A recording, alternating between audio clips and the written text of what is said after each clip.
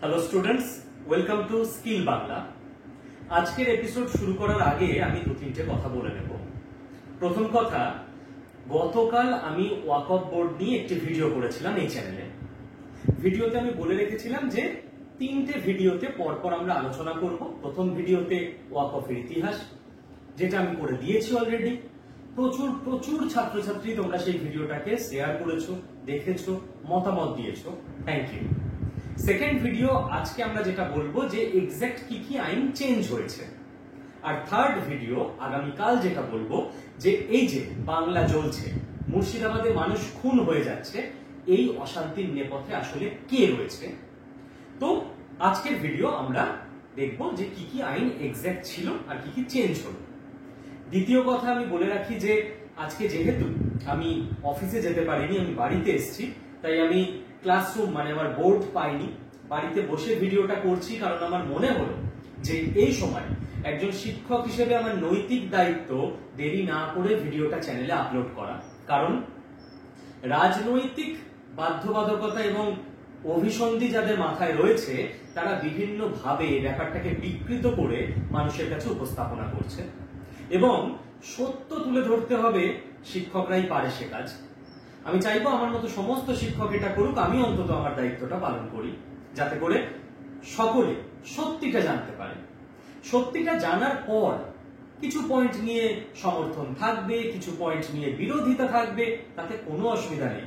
কিন্তু মানুষ যখন শিক্ষিত হবে তখন সে লজিক দিয়ে, যুক্তি দিয়ে সমর্থন বা বিরোধিতা যেটাই করুক সেটা করবে, অন্ধভাবে নয়। আর তৃতীয় কথা, যারা এই চ্যানেলে নতুন তাদেরকে বলবো যে চ্যানেলটাকে সাবস্ক্রাইব করে নিতে। এই চ্যানেলে জেনারেলি আমি আমার ছাত্রছাত্রীদের জন্য বিভিন্ন প্রাইভেট জব, স্কিল কোর্স এগুলোর খবর দিয়ে থাকি। আর তার সঙ্গে দেশ কাল সমাজে যদি তেমন কিছু ঘটনা ঘটে যেটা নিয়ে কথা বলা দরকার, তো অবশ্যই সেটা নিয়েও বলে থাকি। যেহেতু আমি আমার ছাত্রছাত্রীদের জন্য ভিডিও বানাই, তাই ভিডিওতে আমি তুমি করে বলবো। আবারও বলে রাখি, কেউ যদি সিনিয়র কেউ থাকেন তাহলে তার প্রতি আমার প্রথমেই প্রণাম রইল। তার জন্য অবশ্যই তুমি সম্বোধন নয়, আপনি সম্বোধন। এবং আরো একটা কথা, আমি আজকে প্রথমবার ফোন হাতে নিয়ে ক্লাস করাবো। কারণ আজকে আমার কাছে বোর্ড নেই, না হলে আমি বোর্ডে লিখে রাখতে পারি তথ্য। আমি ফোনে সমস্ত কিছু লিখে রেখেছি, রিসার্চ করে এক এক করে তথ্যগুলো বলবো। তো চলো শুরু করা যাক। আর একটা শর্ত আছে আজকের ক্লাসে, আমি একটা একটা করে আইন বলবো। যেই কমপ্লিট হয়ে যাবে একটা আইন বলা, কি ছিল কি হলো, তোমরা ভিডিওটাকে পজ করবে, পজ করে কমেন্টে লিখবে 1 নম্বর আইন আমি সমর্থন করি বা করি না। আবার ভিডিওটা দেখবে, 2 নম্বর আইন নিয়ে যেই বলা হয়ে যাবে ভিডিওটা পজ করবে এবং তুমি কমেন্ট করবে যে 2 নম্বর আইন বা 2 নম্বর আইন তো একটাই, 2 নম্বর প্রভিশন, ওটাকে তুমি সমর্থন করো না করো না। তো একটা গোটা আইনে পুরোপুরি সমর্থন বা পুরোপুরি বিরোধিতা হয়তো হতে পারে না, তার মধ্যে স্পেসিফিক কিছু হয়তো তুমি সমর্থন করো, স্পেসিফিক কিছু করো না। চলো শুরু করা যাক। প্রথম যে চেঞ্জটা এসছে, নাম্বার 1, সেটা হচ্ছে dedication of property by non Muslims. মানে এতদিন নিয়ম ছিল যে ওয়াকফ বোর্ডে মুসলিম ছাড়াও অন্য ধর্মের মানুষ, হিন্দু, বৌদ্ধ, জৈন, পার্সি, যে কোনো শিখ, তারাও চাইলে তাদের সম্পত্তি দান করতে পারেন। এখন সেই নিয়ম চেঞ্জ করে দেওয়া হয়েছে। নতুন আইনে বলা হয়েছে যে অ্যামেন্ডমেন্ট অ্যাক্ট হলো যে না, যারা লাস্ট 5 বছর ধরে অন্তত ইসলাম ধর্ম পালন করছেন তারাই কেবল এবং কেবল এই ওয়াকফ বোর্ডে সম্পত্তি দান করতে পারবেন। ওকে, এটা গেল প্রথম রুল। তো তুমি কমেন্টে অবশ্যই জানাবে তুমি সহমত না সহমত নও। সেকেন্ড যে প্রভিশন আনা হয়েছে সেটা হচ্ছে ওয়াকফ বাই ইউজার। এটার মানে কি? এটার মানে হলো 1976 সালে একটা খুব ইম্পর্টেন্ট কেস যেটা সুপ্রিম কোর্ট পর্যন্ত গেছিল। এক্সাক্ট নামটা আমার মনে পড়ছে না এবং আমি ডিটেল রিসার্চ করার টাইমও পেলাম না নামটা নিয়ে, না হলে আমি গুগল করে বলেই দিতাম নামটা। সেখানে একজন ভদ্রলোক তিনি কোর্টে গেছেন যে এটা আমার জমি, এটাকে ওয়াকফ বোর্ড নিজেদের জমি বলে কেড়ে নিয়েছে। তো কোর্ট ব্যাপারটাকে দেখেছে যে কি কেস হয়েছে ভাই। তখন দেখা যাচ্ছে যে ওই ভদ্রলোকের জমির সামনে একটা মসজিদ আছে এবং সেই মসজিদে প্রচুর মানুষ আসেন, এসে প্রার্থনা করেন, নামাজ পড়েন। এবার অবশ্যই প্রচুর মানুষের ভিড় হলে তো মসজিদ সংলগ্ন জায়গাতেও তারা আসবেন, নামাজ পড়বেন। এইবার সুপ্রিম কোর্ট বলছে যে ওয়াকফ বোর্ডের যে নিয়ম, সেই নিয়ম হচ্ছে যে কোনো কাগজপত্রের দরকার নেই। যদি দীর্ঘদিন ধরে কোনো একটা জমি বাই ইউজ ওয়াকফ সম্পত্তির মতো ব্যবহৃত হয়, মুসলিম ধর্মীয় কাজ বা সামাজিক কাজে ব্যবহৃত হয়, তাহলে কোনো কাগজপত্রের দরকার নেই। এটাই ওয়াকফ অ্যাক্ট, যে ওটাকে অটোমেটিক ওয়াকফ সম্পত্তি বলেই মেনে নেওয়া হবে। তো সুপ্রিম কোর্ট বলে যে কিছু করার নেই, আপনাকে ছেড়ে দিতে হবে এই জমি, কারণ আইন তাই বলছে। যে ওনার কাছে দুটো দলিল ছিল যে জমি আমার, তো ওনাকে বলা হয় যে দলিল থাকলেও নিয়ম যেহেতু বলে যে এখানে প্রচুর মানুষ নামাজ পড়েন, মসজিদে আসেন, তো এই জমি অটোমেটিক ওয়াকফ বোর্ডের, এটাই সেই সময়কার আইন। তো এই যে ওয়াকফ বাই ইউজ, এই আইনটা বা এই ধারাটা ছিল, এইটাকে সরিয়ে দেওয়া হয়েছে। এখন কি বলা হয়েছে? এখন বলা হয়েছে যে কোন জমি, সেটার মধ্যে যদি ডিসপিউট থাকে তাহলে ডকুমেন্টেশন দেখা হবে। যদি দেখা যায় যে ওয়াকফ সম্পত্তি হিসেবে সেটার কাগজপত্র আছে, সেটাকে লিগালি কেউ ওয়াকফ জমি মানে ওয়াকফ বোর্ডকে দান করেছে, তাহলে সেটা ওয়াকফ সম্পত্তি, নইলে নয়। মানে ওয়াকফ বাই ইউজ এটা মেনে নেওয়া হবে না, এটাকে অ্যাজিউম করে নেওয়া হবে না। তাহলে 2 নাম্বার চেঞ্জ বললাম, তোমরা ভিডিও পজ করছো এবং কমেন্টে জানাচ্ছ যে কে কে সহমত, কে কে সহমত নও। 3 নাম্বার যেটা বলা হয়েছে সেটা হচ্ছে প্রচুর সরকারি জমির ওপর ওয়াকফ বোর্ড নিজেদের ক্লেম করে রেখেছে। কিরকম? কোনো একটা জায়গা, সেটার কোনো ইন্ডিভিজুয়াল মালিকানা নেই, হয়তো সরকার বলছে যে এটা সরকারি জমি, খাস জমি, ওয়াকফ বোর্ড বলছে না, 150 বছর আগে অমুক মুসলিম পরিবার এই জমির মালিক ছিল, তো এই জমি এখন ওয়াকফ বোর্ডের হবে। জমি জায়গা নিয়ে কাজ মানে সেখানে বিবাদ বিতর্ক থাকবেই থাকবে। তুমি পাড়া প্রতিবেশী দেখবে, পাড়ায় গ্রামে এই 3 ফুটে এদিকে চলে এসছে, ওদিকে চলে গেছে, জমিতে এইসব বিবাদ হয়ই হয় সব জায়গায়, তো ওয়াকফেও আছে। এইবার এতদিন যেটা ছিল যে গভর্নমেন্ট ল্যান্ড যেগুলো ওয়াকফ বোর্ড ক্লেম করে রেখেছে, সেখানে কোনো ডেভেলপমেন্ট করা যাচ্ছিল না।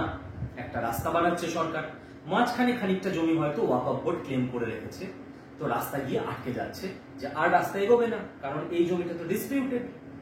এবার যে নতুন ধারা করা হয়েছে যে ওয়াকফ বোর্ড যেগুলোর উপর ক্লেম করবে, সেইগুলো ডিস্ট্রিক্ট ম্যাজিস্ট্রেট, যেহেতু তিনি সরকারি মানুষ, নিরপেক্ষ মানুষ, কোন রাজনৈতিক দল বা কোন ধর্মীয় মানুষ নন, তিনি পুরো ব্যাপারটা তদন্ত করবেন, অবশ্যই সমস্ত ডিপার্টমেন্টের সঙ্গে দিয়ে তিনি রিপোর্ট জমা দেবেন।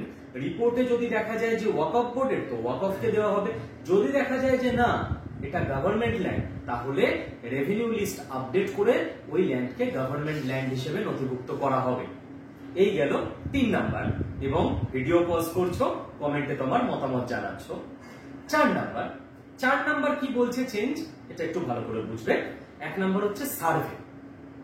কোনো একটা জমি, সেটা ডিসপিউটেড ল্যান্ড, এইবার ওটা কাদের, কোন ইন্ডিভিজুয়ালের না গভর্নমেন্টের না ওয়াকফ বোর্ডের, সেটা বোঝার জন্য তো সার্ভে করতে হবে। এতদিন নিয়মে কি ছিল যে একজন সার্ভে কমিশনার সার্ভে করবেন, এবং তিনি স্টেট গভর্নমেন্টকে নিজের সার্ভের যে রিপোর্ট সেটা জমা দেবে। স্টেট গভর্নমেন্ট একটা গেজেট নোটিফিকেশন পাবলিশ করবে যে আচ্ছা এই জমি তাহলে ওয়াকফ বোর্ডের মধ্যে গেল, এবং এরপর 1 বছর টাইম থাকবে, লিমিটেশন পিরিয়ড যেটাকে বলা হয়, যে তুমি পাল্টা চ্যালেঞ্জ করতে পারো যে না, সার্ভে ভুল হয়েছে, এই জমি আমার, আমি কোর্টে যাব। 1 বছর। এই সার্ভে আর লিমিটেশন পিরিয়ডকে এবার চেঞ্জ করা হয়েছে। কিরকম? এখন বলা হয়েছে যে এবার সার্ভে করার জন্য কোন সার্ভে কমিশনার যিনি থাকতেন সেইটা হবে না।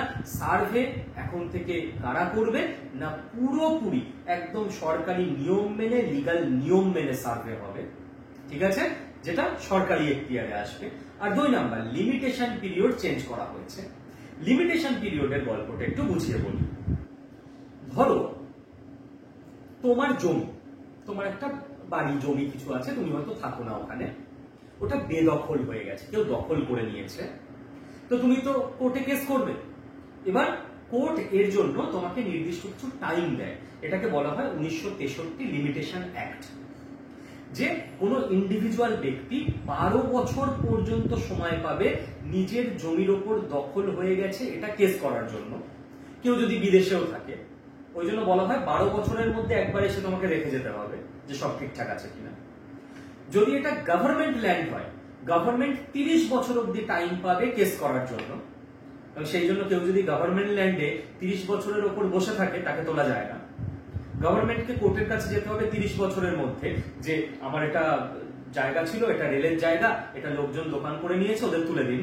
কোর্ট বলবে 30 বছরের মধ্যে এসছো তো, তাহলে আমি আছি, 30 বছরের পর হলে আমি নেই।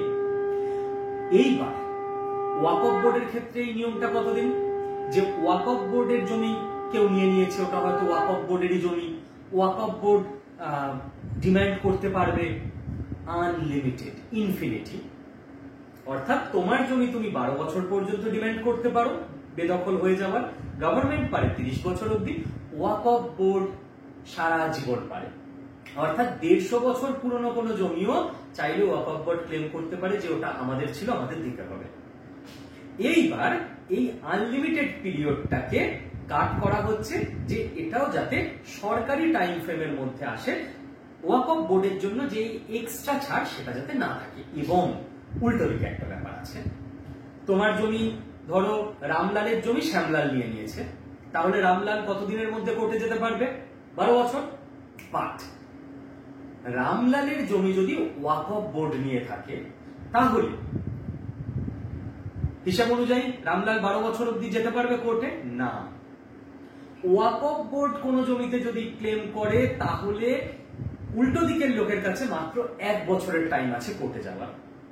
তাহলে ওয়াকফ বোর্ডের ক্ষেত্রে দুদিকে সুবিধা ছিল। এক, ওয়াকফ বোর্ড কোন জমির উপর আনলিমিটেড টাইম পর্যন্ত ক্লেম করতে পারে, আর ওয়াকফ বোর্ড যে জমিতে ক্লেম করেছে তার বিরুদ্ধে কোর্টে যাওয়ার জন্য উল্টো দিকের লোকের কাছে মাত্র 1 বছর টাইম আছে। এইটাকে রিমুভ করা হয়েছে, যে না, যে কোনো ব্যক্তি এবার যেরকম ভারতবর্ষের নিয়ম সেই মতো 12 বছর পর্যন্ত টাইম পাবে ওয়াকফ বোর্ডের বিরুদ্ধেও যদি কোনো অভিযোগ থাকে সেটা জানানোর জন্য। ক্লিয়ার? কমেন্টে জানিও তোমার মতামত। নেক্সট 5 নাম্বার হচ্ছে ট্রাইব্যুনাল। এই যে কোনো জমি নিয়ে বিবাদ হচ্ছে, তোমার সঙ্গে তোমার পাশের বাড়ির কোনো জমি নিয়ে বিবাদ হয়েছে, তুমি কোথায় যাবে? সিভিল কোর্টে যাবে। তোমার সঙ্গে ওয়াকফ বোর্ডের কোনো জমি নিয়ে বিবাদ হয়েছে, তুমি কোথায় যাবে? সিভিল কোর্টে না। এখানেও একটা ব্যাপার ছিল, ওয়াকফ ট্রাইব্যুনালে তোমাকে যেতে হতো। ওয়াকফ ট্রাইব্যুনাল বিচার করবে, তুমি কোর্টে যেতে পারবে না। এবার একটা দীর্ঘদিন ধরে সমাজে অভিযোগ ছিল যে ওয়াকফ ট্রাইব্যুনাল নিরপেক্ষ নয়, যে ওয়াকফ ট্রাইব্যুনালে যে বিচার হবে সেই বিচারটা ওয়াকফ বোর্ডের পক্ষেই যায় 99% ক্ষেত্রে, এবং ওয়াকফ ট্রাইব্যুনালের যে বিচার সেটা অলমোস্ট ফুল অ্যান্ড ফাইনাল। কোনো টেকনিক্যাল এরর যদি না হয় তাহলে তুমি হাইকোর্ট বা সুপ্রিম কোর্টে যেতে পারবে না, ওই বিচারটাই তোমাকে মেনে নিতে হবে। ট্রাইব্যুনাল যদি বলে যে না না এটা ওয়াকফ বোর্ডেরই জমি, তোমায় দিয়ে দিতে হবে। এইবার এই ওয়াকফ ট্রাইব্যুনালের ব্যাপারটায় চেঞ্জ আনা হয়েছে। কিরকম চেঞ্জ আমি একদম লিখে নিয়ে এসেছি, দেখেই বলছি। ওয়াকফ ট্রাইব্যুনালে এতদিন থাকতেন মুসলিম ল এক্সপার্ট, যিনি মুসলিম আইন অনুযায়ী মূলত বিচার করতেন। এইবারে ওয়াকফ ট্রাইব্যুনালে আনা হয়েছে বর্তমান কিংবা ফরমার ডিস্ট্রিক্ট জাজকে চেয়ারম্যান হিসেবে, অর্থাৎ যিনি এই মুহূর্তের ডিস্ট্রিক্ট জাজ হতে পারেন, অবসরপ্রাপ্ত জেলা জাজ হতে পারেন, তিনি চেয়ারম্যান হিসেবে থাকবেন ওয়াকফ ট্রাইব্যুনালে। এবং যে জমি নিয়ে বিবাদ মকদ্দমা চলবে সেটা, যেটা ভারতবর্ষের আইন এবং নিয়ম, সেই আইন এবং নিয়ম অনুযায়ী বিচার হবে। ক্লিয়ার? এটা গেল নেক্সট ট্রাইব্যুনালের চেঞ্জ। তো এই পয়েন্টটা এবার তোমরা মতামত জানাও যে কে কে সহমত হচ্ছ, কে কে হচ্ছ না। আর last but not the least, যে পয়েন্টটায় আমি কোনো বিষয় নিয়ে যখন কোনো বক্তব্য রাখি নিজস্ব মতামত রাখি না। আমার একটাই ধারণা যে বাংলার যুব সমাজকে শিক্ষিত করতে হবে। মানুষ যদি এক্সাক্ট তথ্যটা পেয়ে যায় যে এই এই এই এই জিনিস লেখা আছে, এবার তারা ঠিক করুক যে ঠিক না ভুল। কিন্তু এই একটা পয়েন্ট নিয়ে আমি নিজের মতামত রাখবো যে এই পয়েন্টটাকে আমি সমর্থন করি এবং আমি আশা করব তোমরা প্রত্যেকে সমর্থন করো। সেটা কি? সেটা বলা হয়েছে ওমেন রাইট, মহিলাদের অধিকার। গল্পটা ভালো করে বুঝবে। 7 নাম্বার পয়েন্ট খুব সম্ভবত। কোন একটা মুসলিম পরিবার তারা ঠিক করেছে যে যতদিন বংশ পরম্পরায় আমার বংশ চলবে ততদিন আমার সম্পত্তি বংশ পরম্পরায় চলবে। বাট যেদিন গিয়ে আমার বংশ লিনিয়েজ শেষ হয়ে যাবে, যে আর কেউ নেই আমার বংশে, হয়তো 200 বছর পর হতে পারে, কোনো অসুবিধা নেই, 7-8 প্রজন্ম পর, তখন আমার যা যা প্রপার্টি থাকবে সেটা চলে যাবে ওয়াকফ বোর্ডে। এরকমও অনেকে উইল করে। এবার এই যে বংশের লিনিয়েজ, এই লিনিয়েজে এতদিন কেবল ছেলেদের ধরা হতো, যে দেখা যাচ্ছে 7 প্রজন্ম আগে এরকম কেউ উইল করে গেছে, বর্তমান প্রজন্মে আর কোনো ছেলে নেই ওই ফ্যামিলিতে, হয়তো 2টো মেয়ে আছে, বাট ওই মেয়ে 2টো পাবে না সম্পত্তি, সম্পত্তি চলে যাবে ওয়াকফ বোর্ডের কাছে। নতুন নিয়মে যেটা করা হয়েছে যে না, মেয়েরাও সম্পত্তির সমান অধিকার পাবে, তাদের যদি লিনিয়েজ শেষ হয়ে যায় তখন ওয়াকফ বোর্ডের কাছে যাবে, কিংবা তারা যদি নিজে থেকে চায় যে আমরা ওয়াকফ বোর্ডকে সম্পত্তি দান করে দিচ্ছি, নো ইস্যু। কিন্তু মেয়েদের বঞ্চিত করে ওয়াকফ বোর্ডকে সম্পত্তি দিয়ে দেওয়া যাবে না ছেলেদের লিনিয়েজ শেষ হয়ে গেলেই। এবং আরো একটা ইম্পর্টেন্ট চেঞ্জ এসছে যে প্রত্যেকটা স্টেটে যে ওয়াকফ বোর্ড আছে তাতে 11 জন মেম্বার থাকে। বলা হয়েছে যে 11 জনের মধ্যে 2 জনকে এবার থেকে নন মুসলিম হতে হবে, এবং যে পয়েন্টটায় আমার সব থেকে সাপোর্ট করার মানে ইচ্ছে, আনন্দ, যে 2 জনকে মুসলিম শ্রেণীর মধ্যে থেকেই মহিলা হতে হবে। আর ভারতবর্ষে যে ওয়াকফ কাউন্সিল আছে সমস্ত ওয়াকফ বোর্ডের ওপরে, ওয়াকফ কাউন্সিলে মোট 22 জন থাকে, সেখানেও নিয়ম করা হয়েছে যে 2 জনকে নন মুসলিম হতে হবে। আর হ্যাঁ, নন মুসলিমরা কিন্তু রিলিজিয়াস ব্যাপারে হস্তক্ষেপ করতে পারবে না, তারা কেবল চ্যারিটেবল এবং অ্যাডমিনিস্ট্রেটিভ দিকটাই দেখতে পারবে, এটাও বলা আছে। এবং যেটা আনন্দের ব্যাপার, বাকি 20 জনের মধ্যে 2 জন মুসলিম মহিলা হতে হবে। তো আমি চাইবো আমার সমস্ত ছাত্রীরা, সে তুমি হিন্দু হও, মুসলিম হও, খ্রিস্টান হও, এই পয়েন্টটাকে অন্তত সবাই মিলে সমর্থন করো যে যে কোনো ধর্ম হোক, বর্ণ হোক, জাতি হোক, যাই হোক না কেন, গোটা দেশে সমস্ত জায়গায় WBCS অফিসার থেকে, কর্পোরেট অফিস থেকে, ওয়াকফ বোর্ড থেকে, জাজ থেকে, লয়ার থেকে, ডাক্তার থেকে, পুলিশ থেকে, সেনাবাহিনী পর্যন্ত সব জায়গায় মেয়েদের এগিয়ে আসতে হবে এবং মেয়েদের অধিকার সুনিশ্চিত করতে হবে। তো এই পয়েন্টটায় ব্যক্তিগতভাবে আমার একটু পক্ষপাত ছিল। বাকি পয়েন্টগুলো সম্পূর্ণভাবে কমেন্টে আমি তোমাদের মতামত দেখে নেবো। আর আমি চাইবো এই ভিডিওটাকে তোমরা প্রচুর প্রচুর প্রচুর শেয়ার করো সারা বাংলায়, যাতে করে মানুষ সত্যিটা জানতে পারে। দেখো, সত্যিটা জেনে গণতান্ত্রিক উপায়ে কে সমর্থন করলো, কে বিরোধিতা করলো, কোনো ব্যাপার না। মানুষ যখন সত্যি জানতে পারে না, তখনই মানুষকে বোকা বানানো, ভুল বোঝানো সম্ভব হয় এবং মানুষের আন্দোলন, সমর্থন দুদিকটাই উগ্র হয়ে ওঠে। তাই তো চলো, পরের ভিডিওটা যদি তোমরা দেখতে চাও সেটাও জানিও কমেন্টে। পরের ভিডিওতে ফাঁস করব সেই আসল কথা, যে এই যে পশ্চিমবঙ্গ, মুর্শিদাবাদ, এই জায়গাগুলো এই চলছে তাণ্ডব, এর নেপথ্যে আসলে কি।